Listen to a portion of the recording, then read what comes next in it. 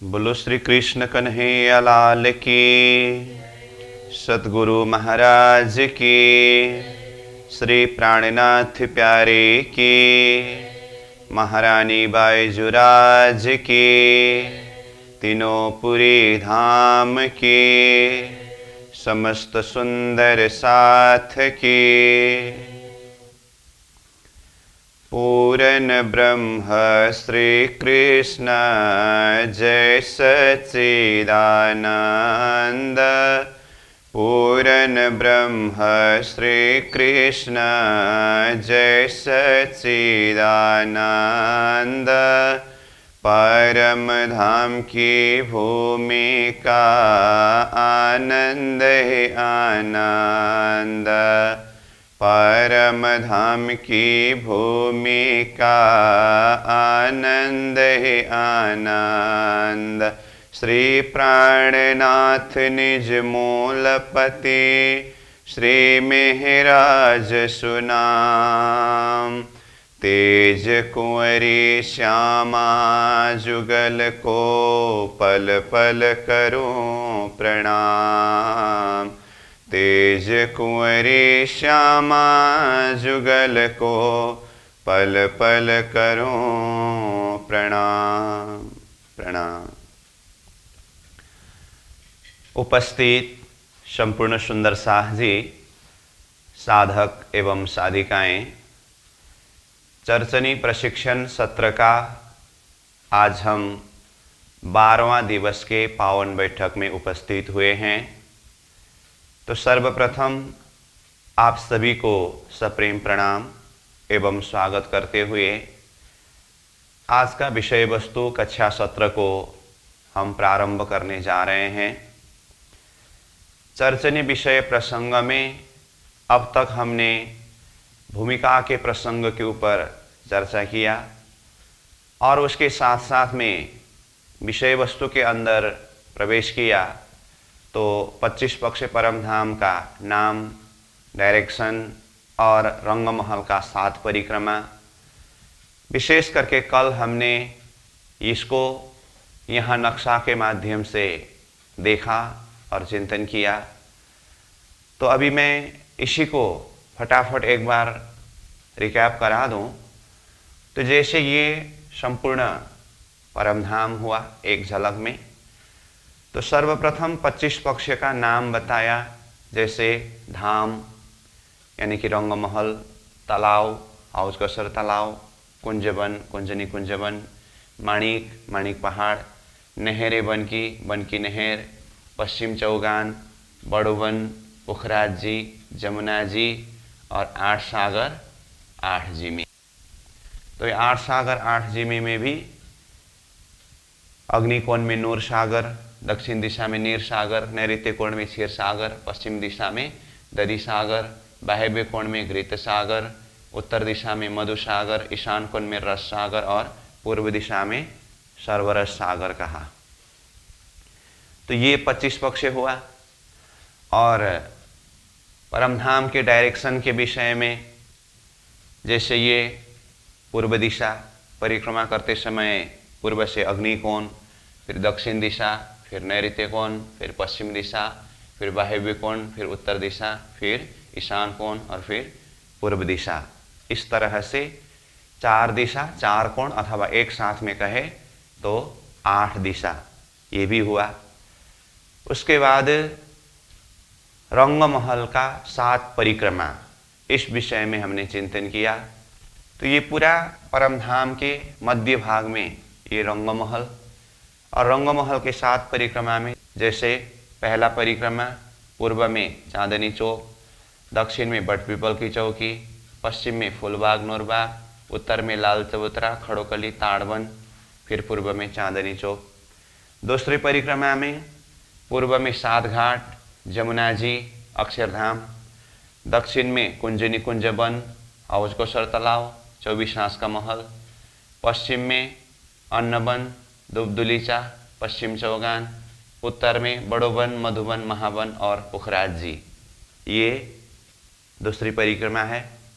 और तीसरी परिक्रमा में ये जवेरों की नहर और चौथी परिक्रमा में ये माणिक पहाड़ और माणिक पहाड़ का हद, और पांचवी परिक्रमा में ये बनकी नहर, छठी परिक्रमा में ये छोटी रांग, चार हार हवेली, और सातवीं परिक्रमा में ये बड़ी रांग, जिसमें 8 सागर 8 जिमी है।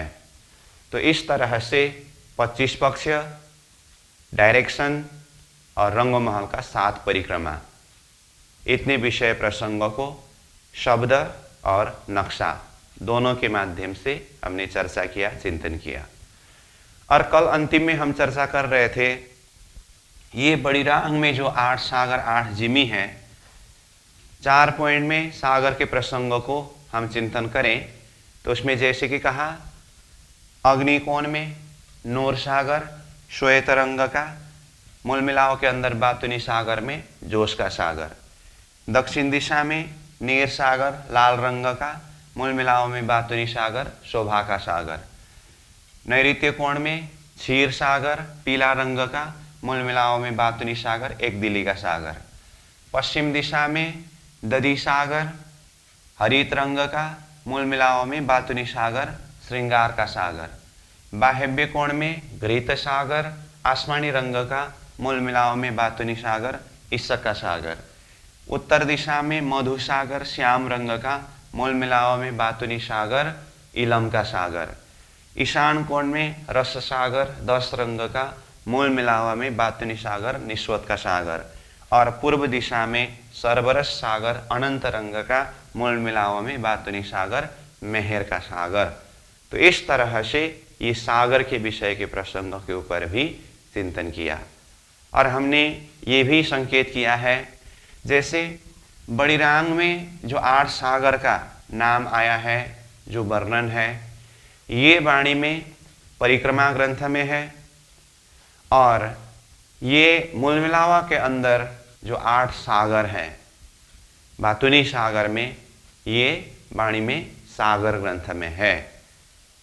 तो ये हुआ कल तक हमने जो विषय वस्तु चर्चा किया इसका सारांश। अब आज हम यहीं से विषय वस्तु को आगे बढ़ा रहे हैं। तो अब ये पूरा एक झलक 25 पक्ष परमधाम का लोकेशन वर्णन होने के बाद अब विषय वस्तु प्रारंभ होना है रंगमहल से। अब आगे आने वाला विषय के लिए मैं जानकारी देता हूँ। जैसे हमारे पास ये जो वृत्ति है, ये वृत्ति के आधार पर हम अध्ययन करेंगे, और ये जो पॉट है इसके अंदर सारा नक्शा है, तो इसके आधार पर हम अध्ययन करेंगे। तो यहाँ अंदर विषय वस्तु श्रृंखला एकदम अभी हमने जिस तरह से रंगमहल कहा और रंगमहल के 7 परिक्रमा का क्रम चिंतन किया, यही क्रम से वृत्ति में और नक्शा में वर्णन हुआ है। कहने का अर्थ, सर्वप्रथम 50 करोड़ योजन लंबा चौड़ा परमधाम के मध्य भाग में रंगमहल करके रंगमहल से वर्णन प्रारंभ होगी। और रंगमहल में सर्वप्रथम जमीन से वो फाउंडेशन चबूतरा जिसको बोलते हैं, वो किस तरह से उठा है, उसके बाद फिर वो चबूतरा के ऊपर एक भूम का डिजाइन शोभा कैसी है, और एक भूम की शोभा होने के बाद अब यही ऊपर ऊपर 9 भूम दशमी आकाशी की शोभा में शोभायमान है, और उसमें प्रत्येक भूम की अपनी अपनी विशेषता है। इसलिए रंगमहल को प्रथम भूम, दूसरी भूम, तीसरी भूम करके प्रत्येक भूम का वर्णन क्रमशः किया है। इस तरह से रंगमहल पूरी होने के पश्चात अब बाहर से परिक्रमा के हिसाब से वर्णन किया है। तो परिक्रमा में भी प्रथम परिक्रमा से ही है। तो प्रथम परिक्रमा में भी जैसे पूर्व में चांदनी चौक कहा, तो पहले रंगमहल पूरी होने के बाद चांदनी चौक से ही वर्णन प्रारंभ होगी। उसके बाद फिर परिक्रमा करते दक्षिण दिशा में बट पीपल की चौकी ही वर्णन होगी। अब यहाँ पर ये जो दिखाई दे रहा है ये 16 हांस का चे बच्चा करके है, तो इसका डिटेल वर्णन तो रंगमहल प्रसंग में हम समझ। तो ये चांदनी चौक से बट पीपल की चौकी की तरफ आते समय ये चे बच्चा आएगा, तो इसका भी वर्णन होगी। उसके बाद फिर बटपीपो की चौकी, फिर फुलबाग नूरबाग, फिर लाल चबूतरा, खड़ोकली, ताड़वन करके फिर चांदनी चौक में पहुंच करके एक परिक्रमा का वर्णन पूरी होगी। उसके बाद फिर दूसरी परिक्रमा प्रसंग में विषय वस्तु शुरू होगा कि धाम दरवाजा से पाट घाट की ओर प्रस्थान करके ये डायरेक्शन लेंगे। उसके बाद ये प्रसंग आते आते ये 7 घाट का प्रसंग सब इसी में आएगा और यहाँ से दूसरी परिक्रमा प्रारंभ होना है। तो ये 7 घाट में से बीच का घाट से शुरू करके अब ये पाट घाट, फिर उसके बाद यहाँ जमुना जी में पुल, ये घाटों का वर्णन, फिर कुंजनी कुंजवन, इधर से आकर के हौजगोस्तर तालाब, हौजगोस्तर के तालाब के पश्चात 24 हांस का महल वर्णन होगा।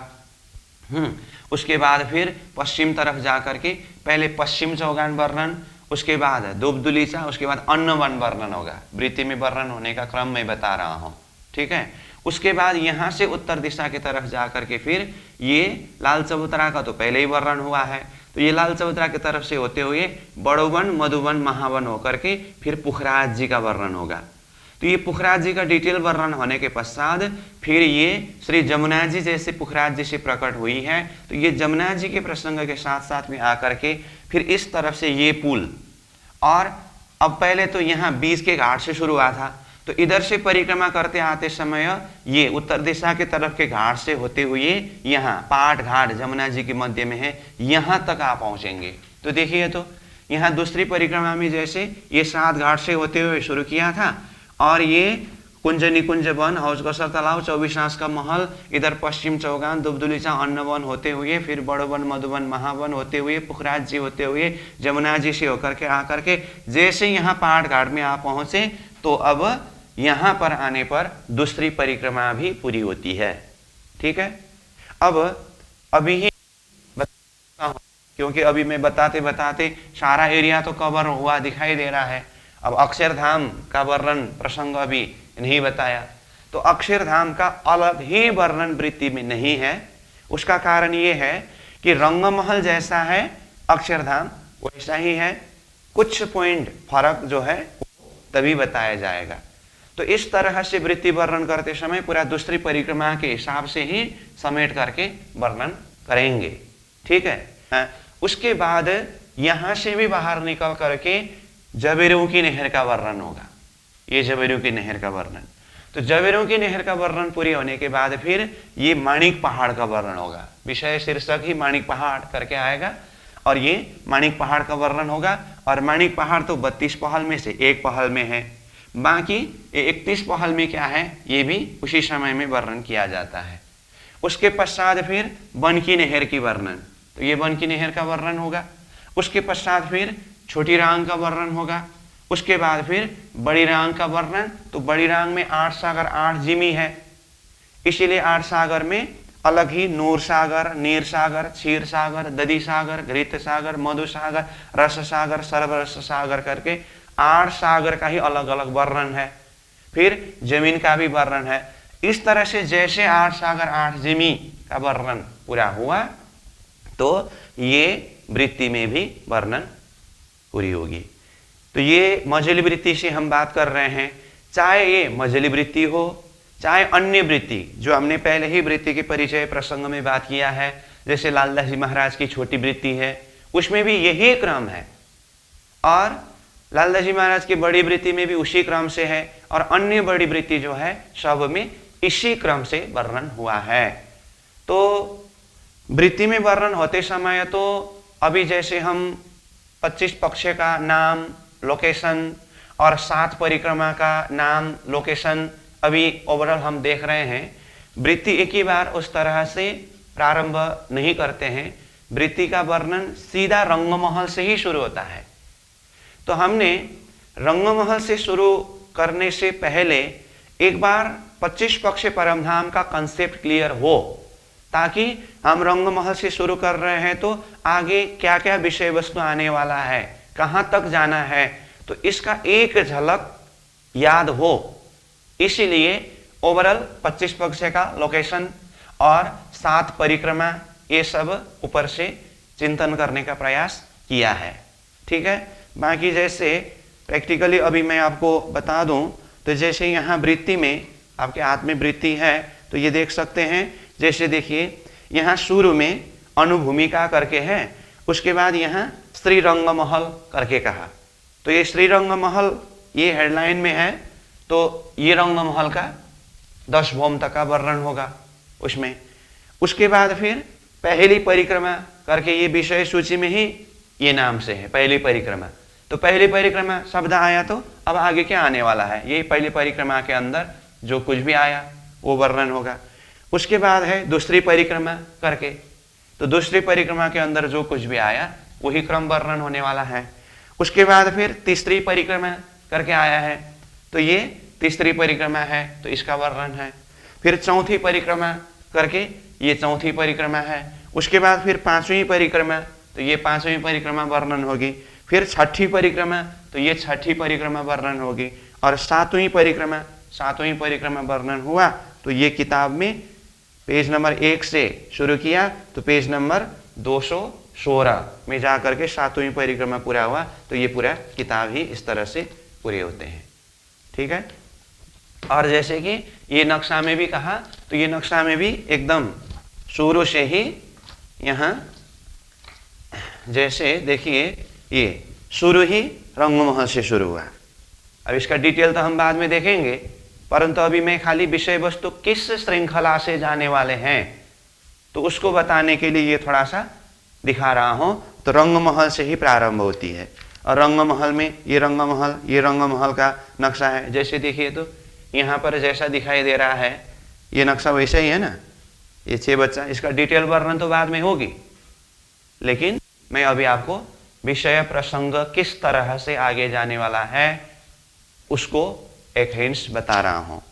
ये इसीलिए बता रहा हूं कि परसों हमने जो शब्दावली नोट किया, कल उसी शब्दावली को ये नक्शा के द्वारा देखा, आज इसी को हमने एक झलक रिकैप किया। ये शब्दावली सहित नक्शा पूरी तरह से दिल दिमाग में बैठना पड़ेगा, तब जाकर के आगे अध्ययन करते समय विषय वस्तु का एक श्रृंखला जो होता है ना, वो कॉन्सेप्ट क्लियर होता है। जैसे विराट में भी पहले 4 अक्षरातीत एरिया क्लियर हो, और उसके अंदर भी डिटेल देखे तो पाताल लोक से लेकर के क्रमशः एक एक लोक करते परमधाम तक का एक स्थान सोपानशा मालूम पड़े।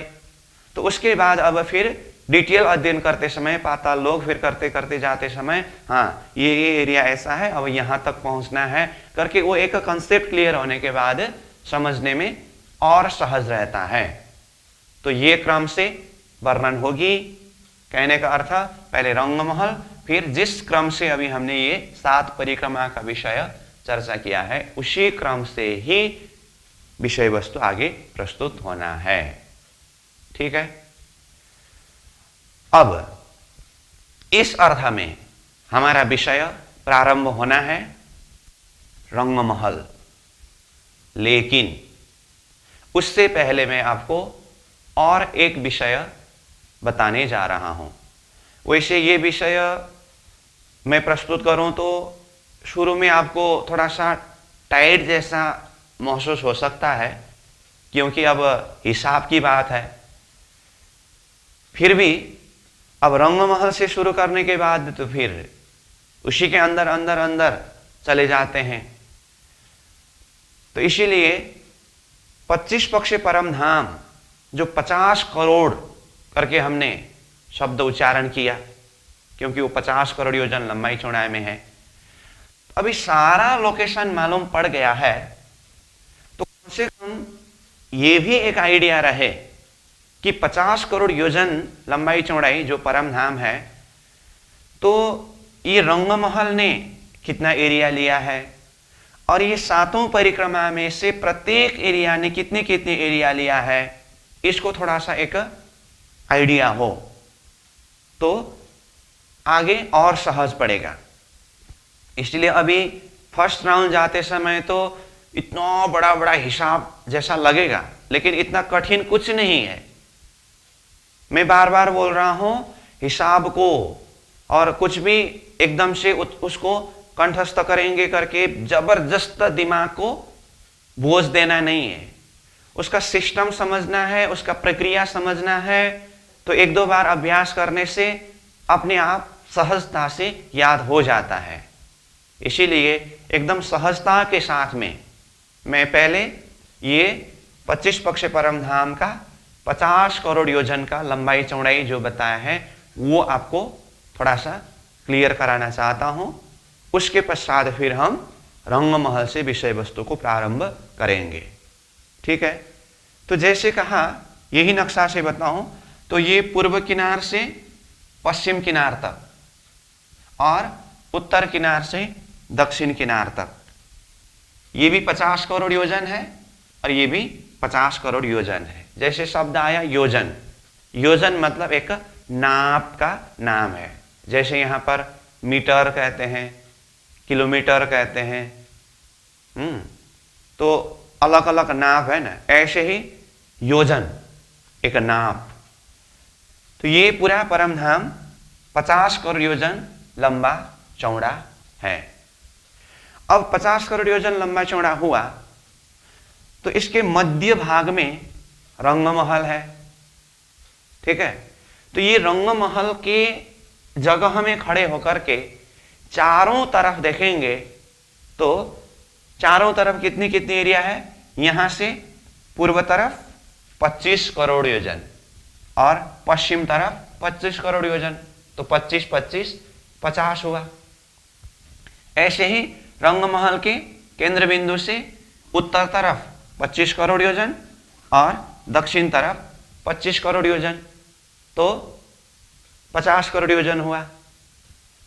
ठीक है, अब यहां नक्शा में एक झलक देखते समय तो ये नक्शा बिल्कुल ये पूरा एरिया का सेंटर में नहीं दिखाई देता है, परंतु अब यहाँ जैसा नक्शा है वही तो एक नमूना है ना, तो इसीलिए थोड़ा सा मैं आपको एकदम क्लियर हो उस हिसाब से बताऊं। तो जैसे ये परमधाम है, ये पूर्व किनार से पश्चिम किनार तक कितना बोला, ये 50 करोड़ योजन। मैं सहज हिसाब से इस तरह से लिख रहा हूं।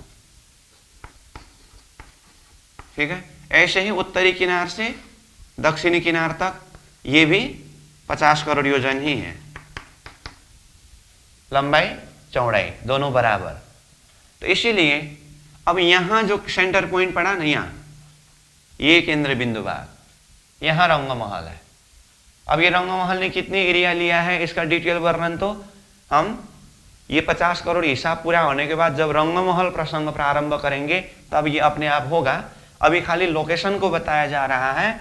तो यहां सेंटर पॉइंट में रंगमहल है, तो इसीलिए रंगमहल से पूर्व तरफ भी 25 करोड़ योजन, दक्षिण तरफ भी 25 करोड़ योजन, पश्चिम तरफ भी 25 करोड़ योजन, उत्तर तरफ भी 25 करोड़ योजन, तो पूरा एरिया 50 करोड़ योजन का लंबाई चौड़ाई का होता है। ठीक है, अब ये 50 करोड़ योजन का हिसाब करने के लिए हमें रंगमहल के सेंटर भाग में, मध्य भाग में रहना होगा और यहां से चारों तरफ के 25-25 करोड़ योजन का हिसाब देखना होगा। तो जैसे कहा एक तरफ 25 करोड़, दूसरी तरफ 25 करोड़, तो दोनों तरफ का जोड़ने से 50 करोड़ होता है। समझ में आई ना बात? तो इसीलिए अब हम ये 50 करोड़ का हिसाब बताने जा रहे हैं। अब देखिए, जैसे मैं एक बार फटाफट ये नक्शा के आधार पर ही वो 50 करोड़ का प्रक्रिया बताता हूं, उसके बाद इसको हम नोट भी करेंगे। मध्य भाग में खड़े हुए और एक दिशा की तरफ देखना होगा पहले और उसी तरह से चारों दिशा की तरफ देखना होगा। तो चलो पहले हम पूर्व की तरफ ही देखेंगे। तो रंगमहल के मध्य भाग से ये बड़ी रांग के पूर्व किनार तक में 25 करोड़ योजन। तो उसके लिए भाषा को भी अच्छी तरह से सुनिए और उसमें संख्या को भी देखते जाना होगा। ठीक है, रंगमहल का मध्य भाग से मध्य भाग मैंने इसीलिए कहा हूं कि रंगमहल ने भी अपना एरिया लिया है ना। तो रंगमहल के मध्य भाग से यहाँ जो जमुना जी है, जमुना जी के मध्य भाग तक, शब्द को ध्यान दे करके सुनिए। हाँ, मैंने रंगमहल में भी मध्य भाग कहा, जमुना जी में भी मध्य भाग कहा हूं। तो ये रंगमहल के मध्य भाग से जमुना जी के मध्य भाग तक में 4.5 लाख कोस। अब इसमें भी देखिए, हाँ, पूरा एरिया 50 करोड़ योजन शब्द प्रयोग किया है, लेकिन ये भीतर के एरिया को कोश शब्द से भी वर्णन किया है। कोश मतलब योजन की तरह ही कोश भी एक नाप है। तो ये योजन, कोश, इस विषय में आगे और हम छलफल करेंगे, समझेंगे ही। अभी मैं मुख्य रूप में 50 करोड़ का हिसाब को यहां क्लियर करने का प्रयास कर रहा हूं। फिर भी यहां अब शब्द कोश शब्द से आता है, तो बाद में फिर आपको योजन कोश कंफ्यूज न हो, इसीलिए बता रहा हूं।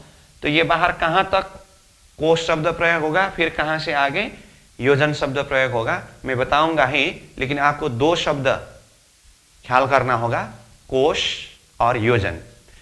तो रंगमहल के मध्य भाग से जमुना जी के मध्य भाग तक में 4.5 लाख कोश, यानी कि 4,50,000 कोश का हिसाब है। फिर जमुना जी के मध्य भाग से अक्षरधाम के मध्य भाग तक 4.5 लाख कोश ही है, मतलब ये भी 4,50,000 कोश ही है। फिर अक्षरधाम के मध्य भाग से जवेरू की नहर तक, मैंने जवेरू की नहर तक ही कहा हूं। जवेरू की नहर तक मतलब जवेरू की नहर की टच करना है, भीतरी किनार तक है, मध्य भाग में आना नहीं। जवेरू की नहर का अपना ही एरिया है, वो बाद में बताया जाता है। जवेरू की नहर तक कहां से, अक्षरधाम के मध्य भाग से जवेरू की नहर तक, ये भी 4.5 लाख कोश ही है। तो 4.5 लाख कोश एक स्टैंडर्ड है। तो यहां हमने 3 स्टेप में वर्णन किया, तो तीनों में 4.5 लाख 4.5 लाख 4.5 लाख ही हुआ। 3 स्टेप क्या क्या, रंगमहल के मध्य से जमुना जी के मध्य तक 4.5 लाख कोश, जमुना जी के मध्य से अक्षरधाम के मध्य तक 4.5 लाख कोश, अक्षरधाम के मध्य से जवेरू की नहर तक 4.5 लाख कोश।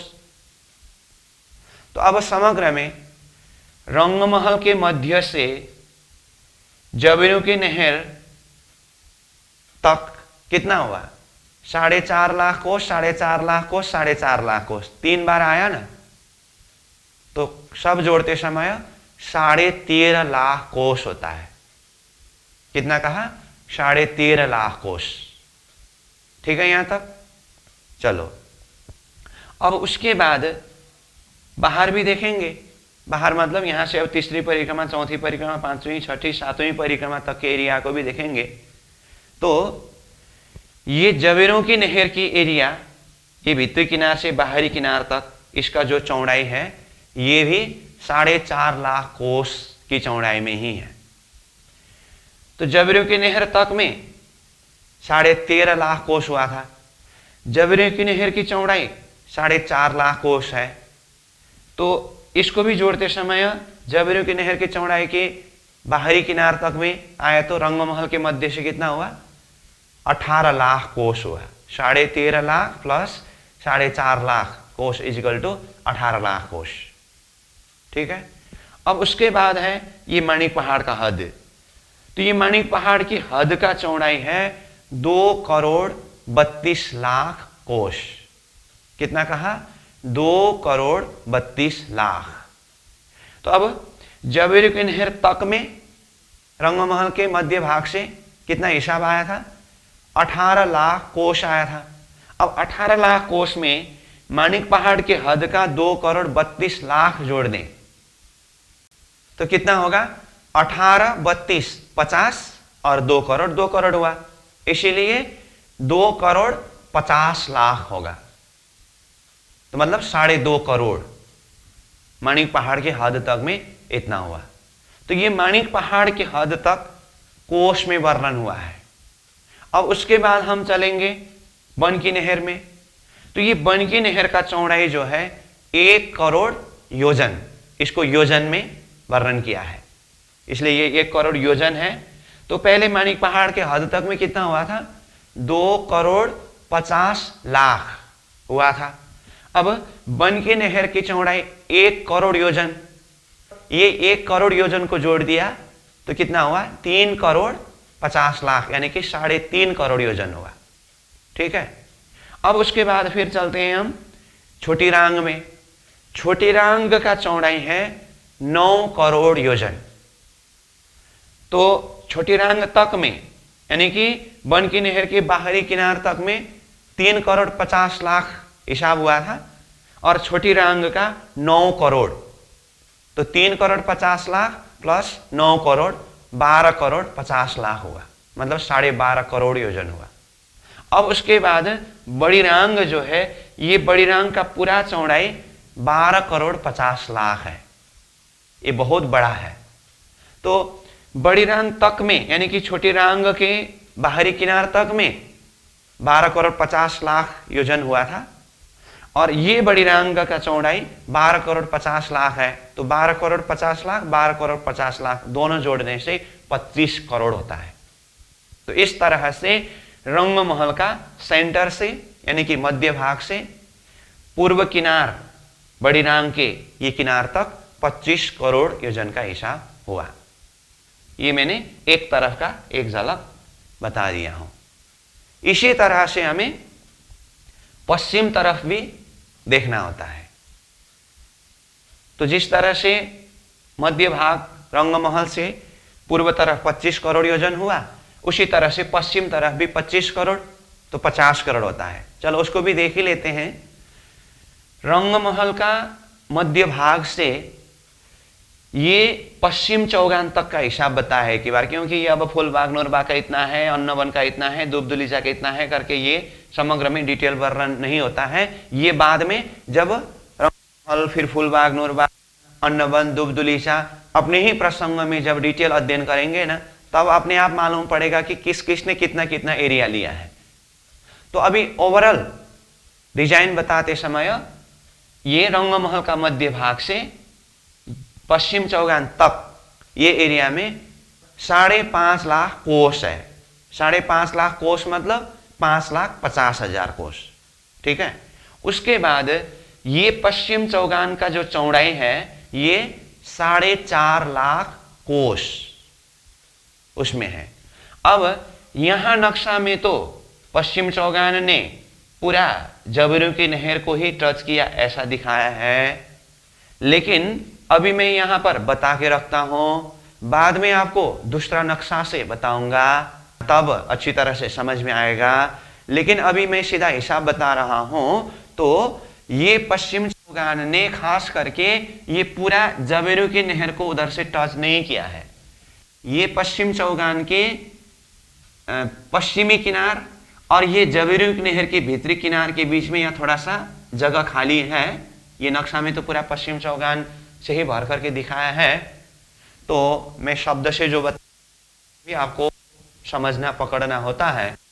तो ये पश्चिम चौगान के पश्चिमी किनार से जबरू की नहर के भीतरी किनार तक यहाँ बीच में खाली जगह है, जहां पर ये जो बड़ोवन मधुवन महावन करके ये उत्तर दिशा की तरफ वन का वर्णन है ना, तो ये बीच की जगह हमें भी वन ही आया है।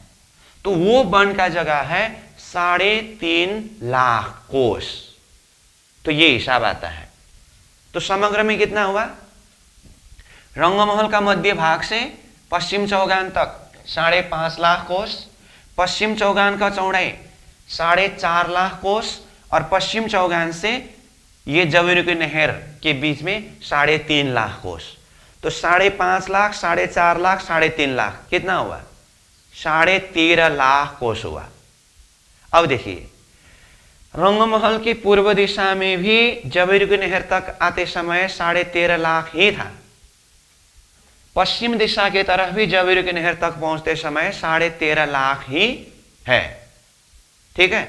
अब उसके बाद पश्चिम तरफ भी जबरू की नहर की चौड़ाई है, माणिक पहाड़ के हद का चौड़ाई है, बनकी नहर का चौड़ाई है, छोटी रांग का चौड़ाई है, बड़ी रांग का चौड़ाई है। ये सब हिसाब अब फिर से दोबारा एक एक इतना इतना है करके बताने की जरूरत नहीं है।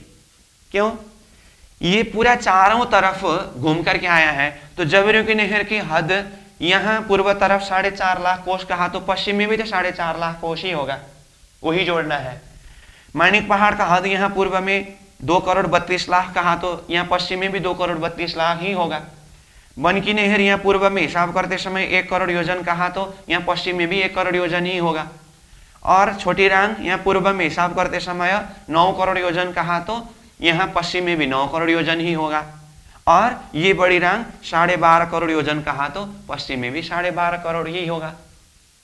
तो अब सहज हिसाब से देखिए, रंगमहल का सेंटर से जबेरू की नहर तक पूर्व में भी 13.5 लाख था, रंगमहल के सेंटर से पश्चिम तरफ जबेरू की नहर तक 13.5 लाख हिसाब हुआ, बराबर है। अब उसके बाद जबेरू की नहर, माणिक पहाड़ हद, बन की नहर, छोटी रांग, बड़ी रांग का सारा हिसाब पूर्व की तरह ही है। इसीलिए पश्चिम तरफ भी रंगमहल का सेंटर से बड़ी रांग के बाहरी किनार तक जाते समय 25 करोड़ योजन का ही हिसाब होता है। तो दोनों तरफ का जोड़ने से कितना हुआ? 50 करोड़ योजन हुआ। ठीक है, तो इस तरह से ये पूर्व किनार से पश्चिमी किनार तक पूरा 50 करोड़ योजन का हिसाब हुआ। ठीक है, ये हुआ रंगमहल से पूर्व और पश्चिम।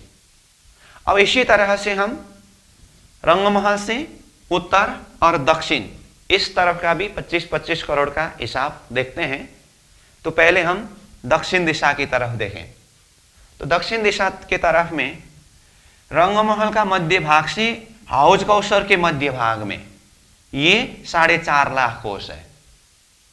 अब हाउज कौसर के मध्य भाग से 24 हांस के महल तक, यानी कि 24 हांस के महल के मध्य भाग तक ये भी 4.5 लाख ही है।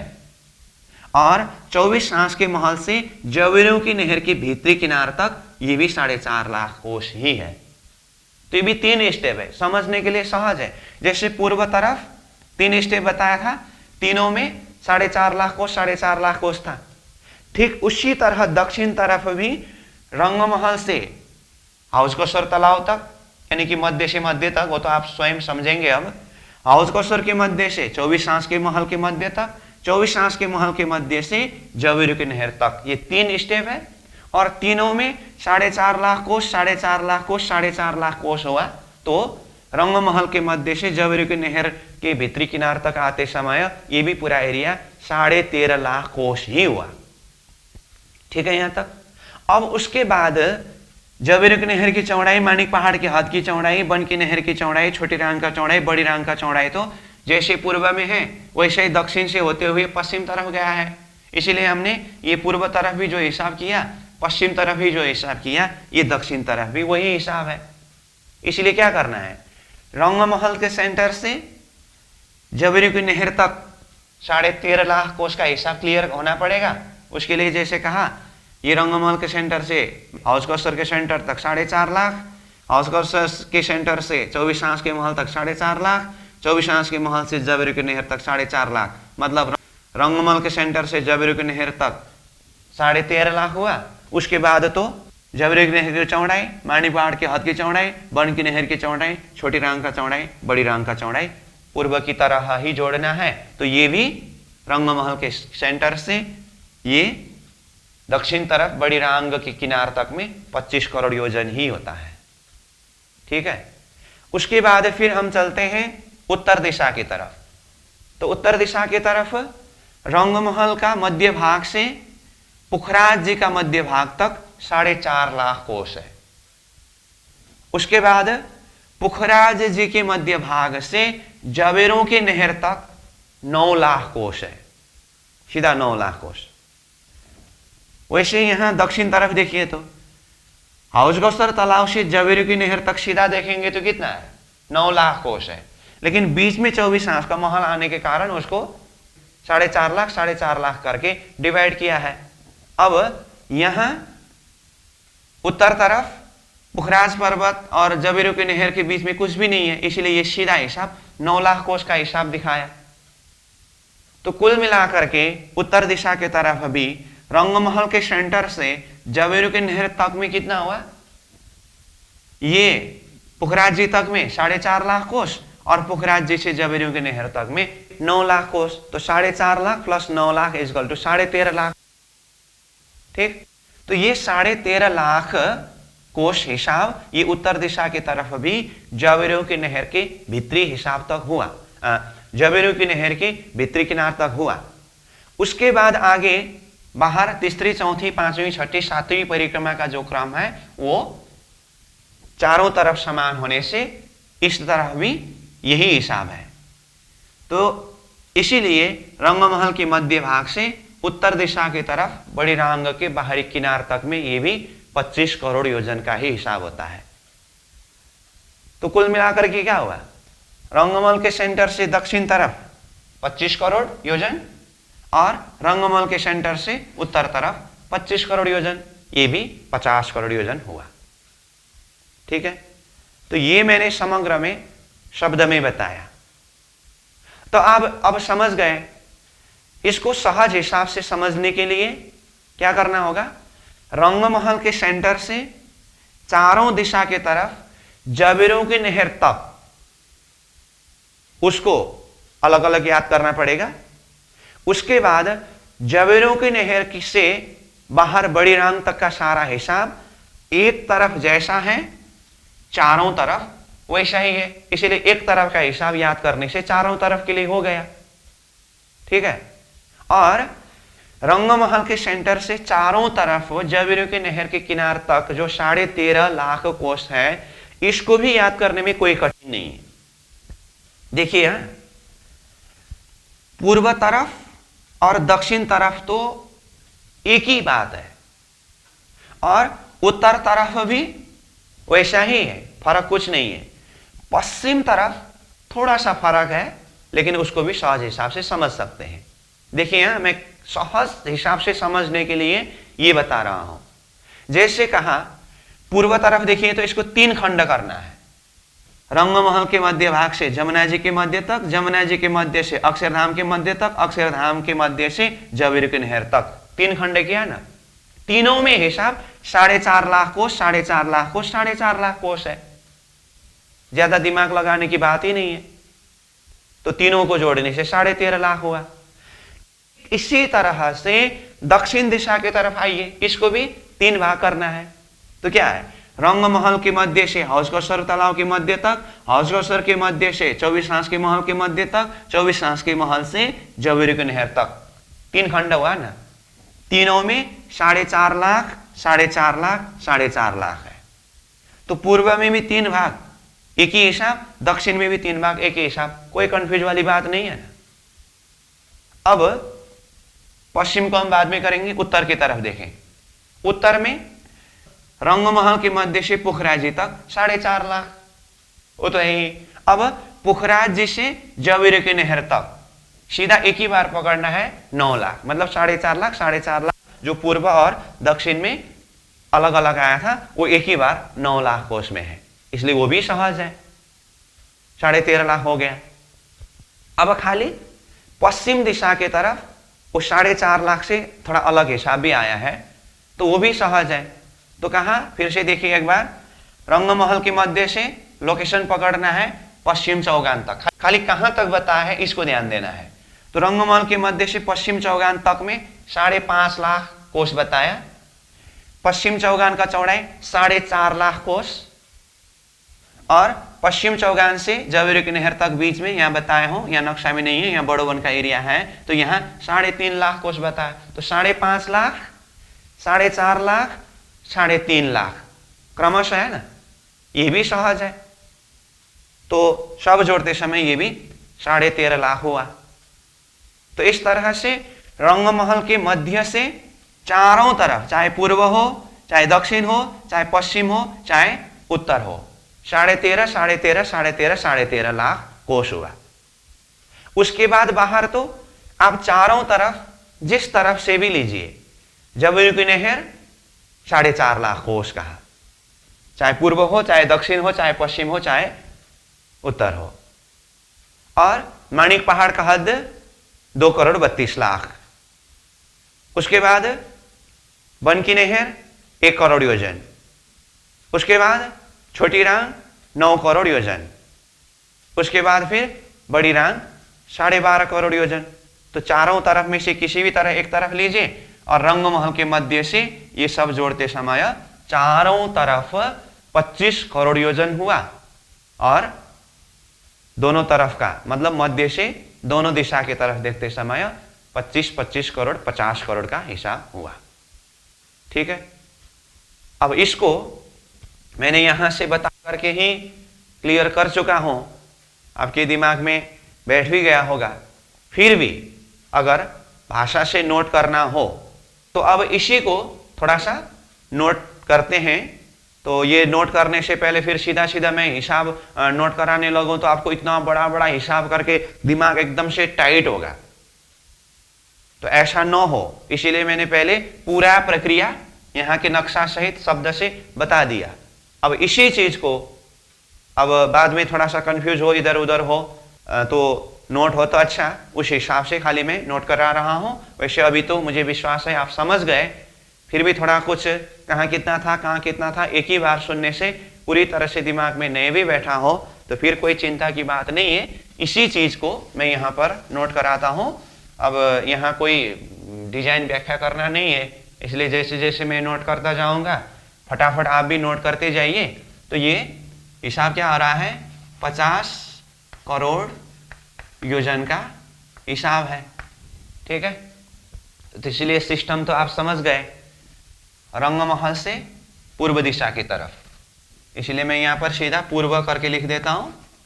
पूर्व मतलब कहां से, रंगमहल में खड़ा होकर के बात कर रहे हैं हम। ठीक है, तो रंगमहल के पूर्व तरफ। अब रंगमहल के मध्य भाग से जमुना जी के मध्य भाग तक कहा है ना, तो ये मध्य भाग से मध्य भाग तक ये हमने डिटेल भाषा में बताया है। अब यहाँ पर शब्द में लिखते समय बहुत लंबी भाषा होता है, इसलिए आप अपने नोट में उसी तरह से लिख सकते हैं कि रंगमहल के मध्य से जमुना जी के मध्य तक 4.5 लाख कोस करके।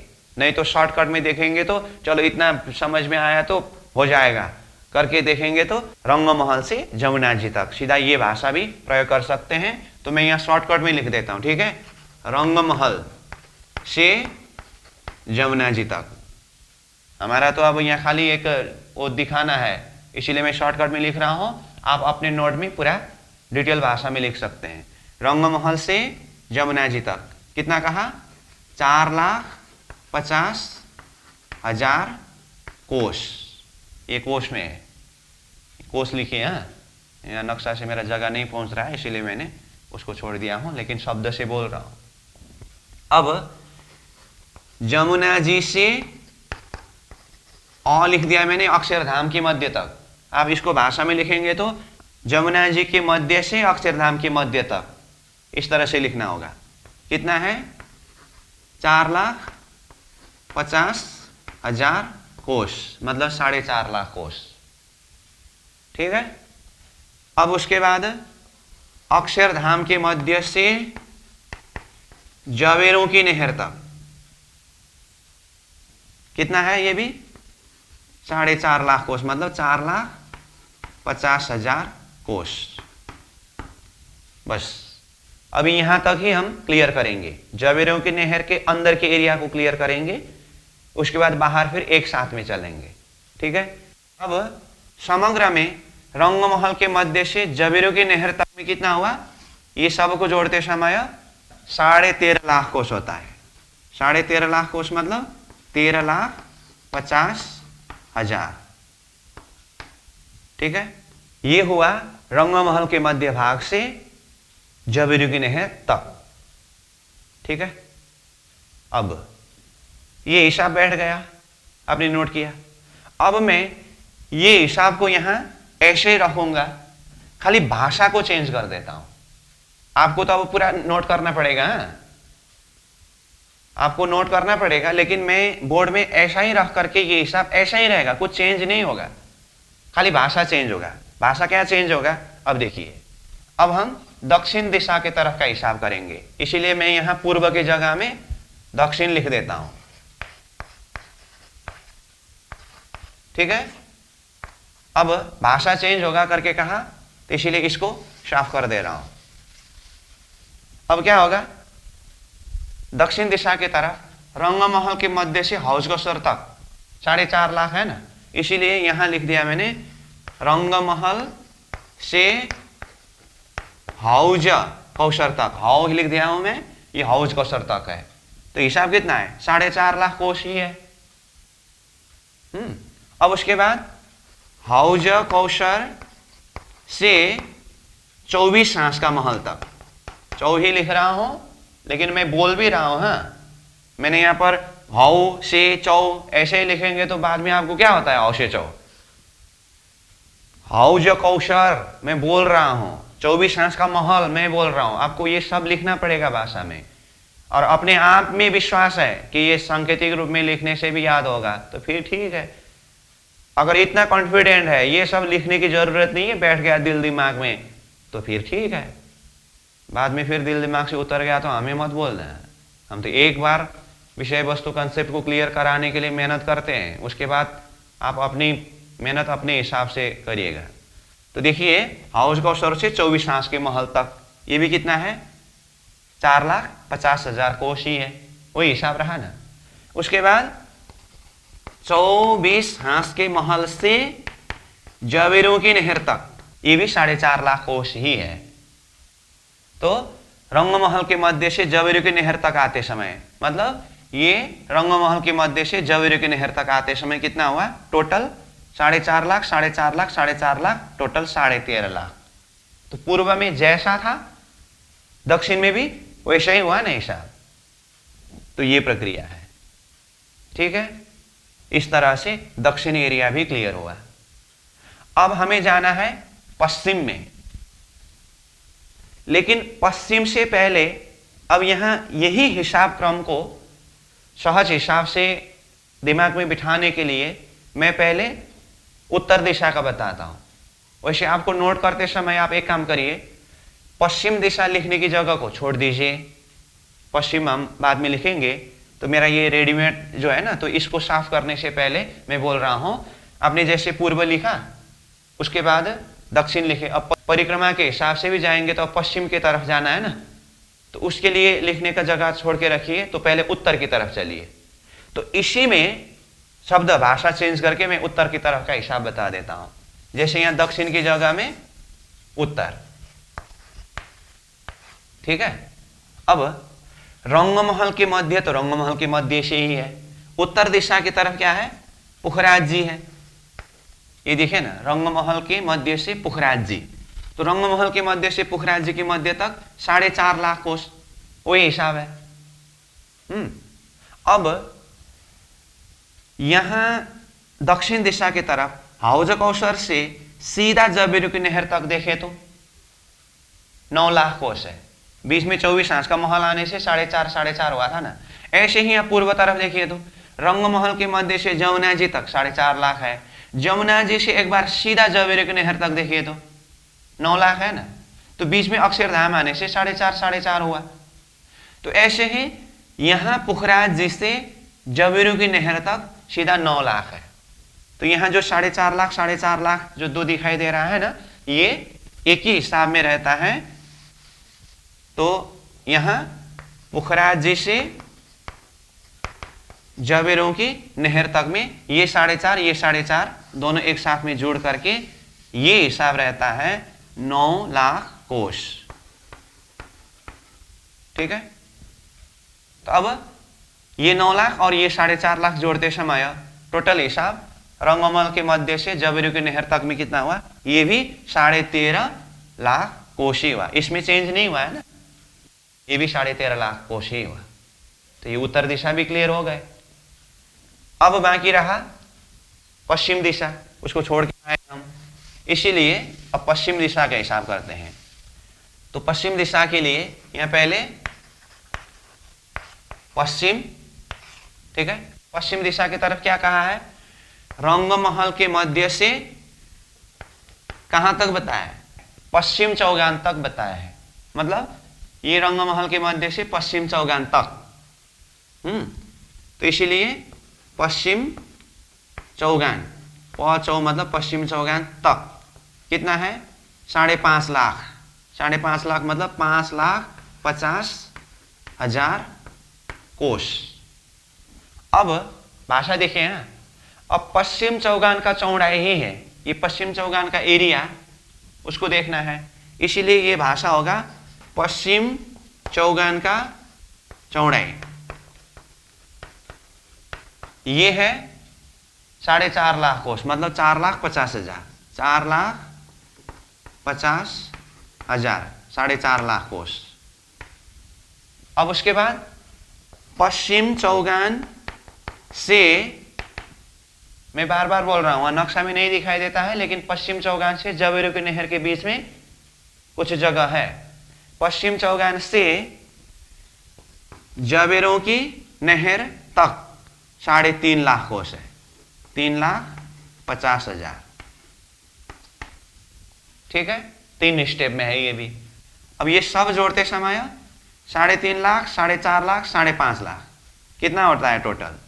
ये भी 13.5 लाख कोस होता है। तो इस तरह से रंगमहल के मध्य भाग से पूर्व दिशा की तरफ जवेरों की नहर तक में 13.5 लाख कोस हुआ। दक्षिण दिशा की तरफ भी जवेरों की नहर तक में 13.5 लाख कोस हुआ। पश्चिम दिशा की तरफ भी जवेरों की नहर तक में 13.5 लाख कोस हुआ। और उत्तर दिशा की तरफ भी जवेरों की नहर तक में 13.5 लाख कोस हुआ। पहले जवेरों की नहर के अंदर का हिसाब क्लियर कर रहे हैं। अब उसके बाद यहां से बाहर निकलेंगे तो आपको यहां पूर्व, पश्चिम, उत्तर, दक्षिण करके डायरेक्शन और अलग अलग नाम बताने की जरूरत ही नहीं है, क्योंकि जवेरों की नहर से बाहर बड़ी रांग तक सब तरफ एक ही नाम से और एक ही एरिया है। इसीलिए रंगमहल के मध्य भाग से जवेरों की नहर तक का हिसाब हमने समझा। मैं एक साथ में एक ही भाषा में लिख देता हूं, आप चाहे तो चारों दिशा में से किसी भी दिशा में पकड़ लीजिए। अब मैं दिशा नहीं बोलूंगा, आप चाहे तो पूर्व समझिए, चाहे पश्चिम समझिए, चाहे उत्तर समझिए, चाहे दक्षिण समझिए, कोई भी दिशा की तरफ समझिए। एक तरफ जैसा होता है दूसरा तरफ भी वैसा ही होता है। करना खाली इतना है कि 25 करोड़ का हिसाब पहुंचने के बाद दूसरी तरफ भी ऐसा ही है करके 25 करोड़ जोड़ के 50 करोड़ पहुंचाना होगा। ठीक है, इसीलिए अब मैं सार रूप में बता देता हूं।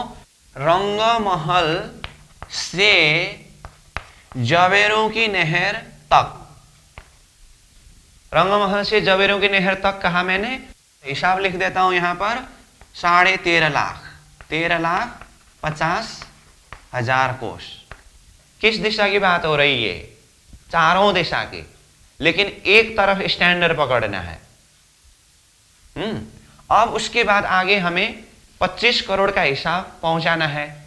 इसलिए अब भाषा रहेगा जवेरों की नहर की चौड़ाई। तो यहां मैं शॉर्टकट में ही लिख देता हूं जवेरों की नहर की चौड़ाई। तो जवेरों की नहर की चौड़ाई कितना बताया? पहले ही बताया है, फिर भी मैं बता रहा हूं। जवेरों की नहर की चौड़ाई है 4,50,000 कोस, 4,50,000 कोस, मतलब 4.5 लाख कोस। ठीक, उसके बाद जवेरों की नहर से बाहर निकलेंगे तो माणिक पहाड़ का हद है, इसीलिए माणिक पहाड़ का हद का चौड़ाई 2,32,00,000 कोस है। 2,32,00,000 तो कितना हुआ?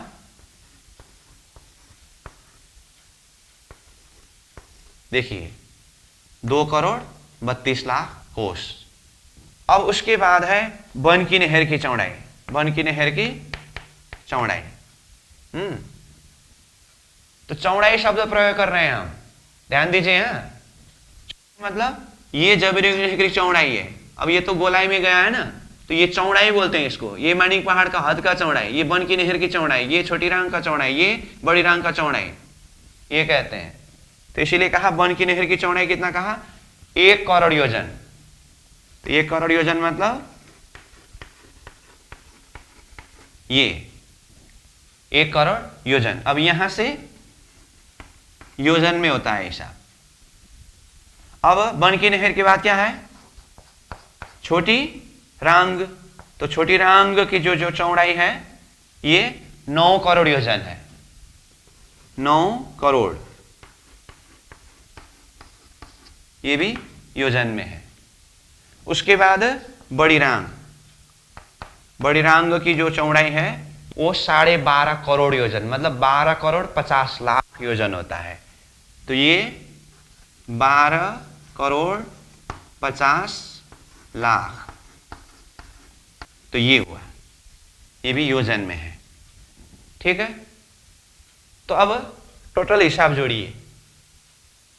रंगमहल के मध्य से जबरुग नहर तक 13.5 लाख, जबरुग नहर की चौड़ाई 4.5 लाख, माणिक पहाड़ का हद का चौड़ाई 2 करोड़ 32 लाख, बन की नहर की चौड़ाई 1 करोड़ योजन, छोटी रांग का चौड़ाई 9 करोड़ योजन, बड़ी रांग की चौड़ाई 12 करोड़ 50 लाख, यानी कि 12.5 करोड़ योजन। अब ये सब को जोड़ते समय कितना होता है? 25 करोड़ योजन। जैसे कहा ना, 13.5, 4.5, 18, 18, 2 crore 32 lakh, 2 crore 50 lakh plus 1 crore 3 crore 50 lakh plus 9 crore 12 crore 50 lakh plus 12 crore 50 lakh is equal to 25 crore.